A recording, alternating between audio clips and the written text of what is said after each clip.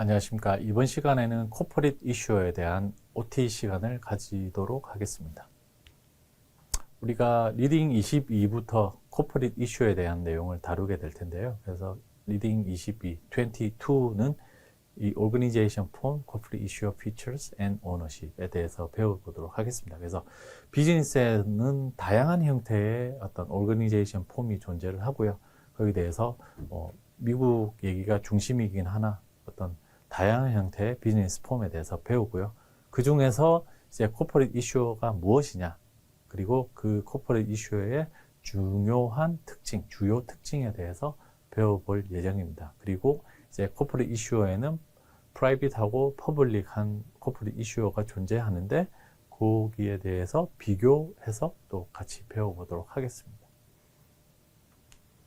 이제 리딩 23에서는 Investor and Other Stakeholder라고 해서 어떤 투자자와 기타 이해관계자, 투자자는 보통 주주와 채권자가 주요 투자자가 되겠습니다. 그래서 기본적으로는 우리가 렌더, 채권자, 그리고 쉐어홀더, 주주의 어떤 파이낸셜 클레임과 그 모티베이션에 대해서 비교해서 학습하도록 하고요. 그 다음에 이제 회사에는 이런 인베스터뿐만 아니라 other 스테이크홀더를 비롯한 다양한 스테이크홀더가 있습니다. 그래서 그러한 스테이크홀더 그룹이 누군지 그것을 배우고 그 사람들의 주요 이해관계가 무엇인지 배우도록 하겠습니다.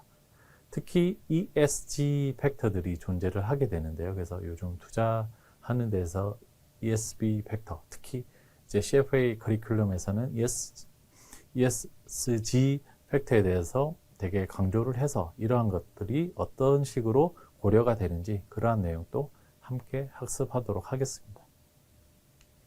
이제 리딩 24는 코퍼릿 가버넌스 쪽인데요. 그래서 코퍼릿 가버넌스에 대한 어떤 다양한 내용을 배우겠습니다. 그래서 어떤 이해상충 문제가 생겼을 때 그것을 이제 해결하기 위한 코퍼릿 가버넌스 메커니즘이 뭐고 또 어떠한 장점, 단점 뭐 그런 것들이 있는지를 배우는 내용인데요.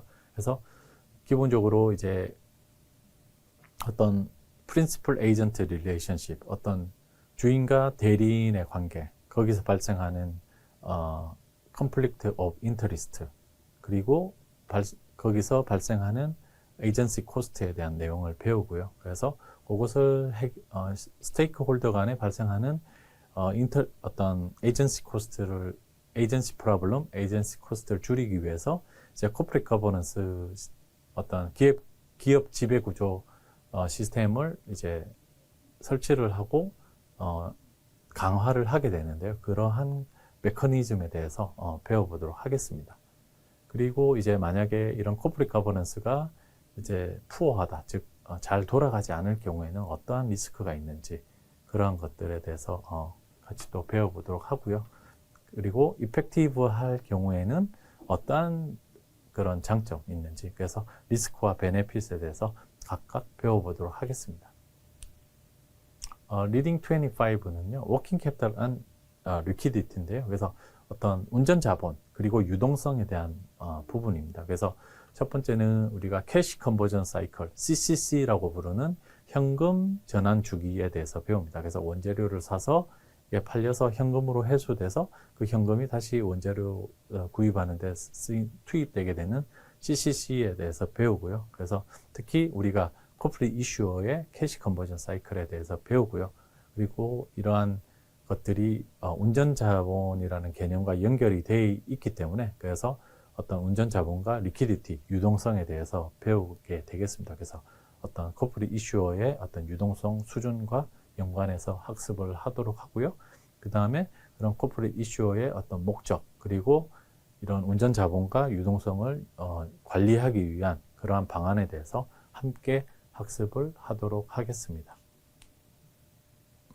리딩 26는 Capital Investment and Capital Allocation입니다. 그래서 금방 말씀드렸던 그런 워킹 캐피탈이라는 거죠. 그래서 워킹 캐피탈도 캐피탈의 일종이고요. 여기서 말하는 캐피탈은 좀 더 픽스드 에셋, 롱텀 또는 롱 리브드 에셋에 대한 투자를 얘기를 하는 겁니다. 그래서 앞에 말씀드린 워킹 캐피탈이 아닌 그런 말 그대로 어떤 대규모 자본 지출을 요하는 캐피탈 프로젝트에 대한 것, 그리고 그러한 캐피탈 엘로케이션을 어떻게 하느냐, 그런 내용인데요. 그래서 이런 캐피탈 인베스트먼트의 종류에 대해서 배우고요. 그러한 캐피탈 인베스트먼트를 하기 위해서 캐피탈 엘로케이션을 어떻게 하느냐, 그런 것을 배우게 됩니다. 그래서 특히 NPV법, IRR법 이런 것에 대해서 배우고요. 특히 ROIC라는 컨셉, 투하 자본 수익률에 대해서도 함께 학습을 할 예정입니다. 그래서 캐피탈 엘로케이션에 대한 어떤 원칙, 그리고 어떤 캐피탈 엘로케이션을 하다 보면 발생하는 어떤 함정, 문제점에 대해서 같이 배우고요. 또 우리가 실옵션이라는 개념을 도입을 해서 리얼 옵션, 실물 옵션에 대해서도 함께 학습을 하도록 하겠습니다. 리딩 27은 캐피탈 스트럭처, 자본 구조에 대한 내용입니다. 그래서 이 부분은 전통적인 우리 파이낸스에서 굉장히 중요시하는 부분 중에 하나인데요. 그래서 기본적으로 회사가 어떤 자본과 부채와 자본이라는 그런 자금 조달 행위를 해서 우리가 자산을 구입하고 투자를 하게 돼서 이제 자산을 운영을 하게 되는데요. 그래서 자본을 조달을 했을 때 그 자본 비용, 각각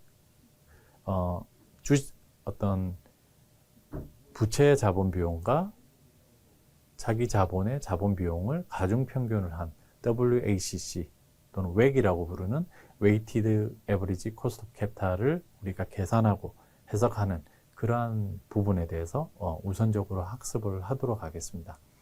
그래서 이러한 WAC로 대표되는 이제 자본 비용과 이제 자본 비용을 최소화하는 점이 적절한 자본 구조인데요. 거기에 미치는 영향에 대해서 함께 배워보도록 하고요.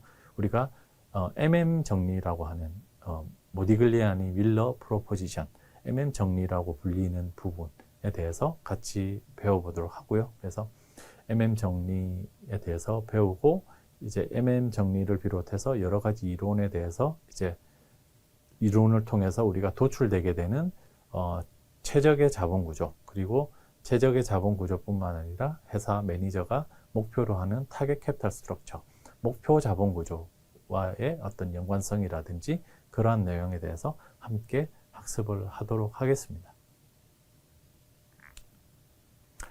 마지막 리딩은 리딩 28, 비즈니스 모델인데요. 그래서 우리가 비즈니스 모델에는 굉장히 여러 가지 종류가 존재를 하게 되고요.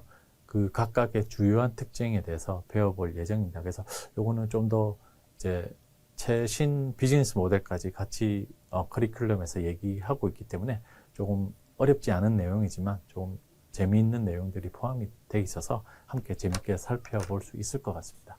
이렇게 해서 우리 코프릭 이슈어 오리엔테이션을 마치겠습니다. 수고하셨습니다.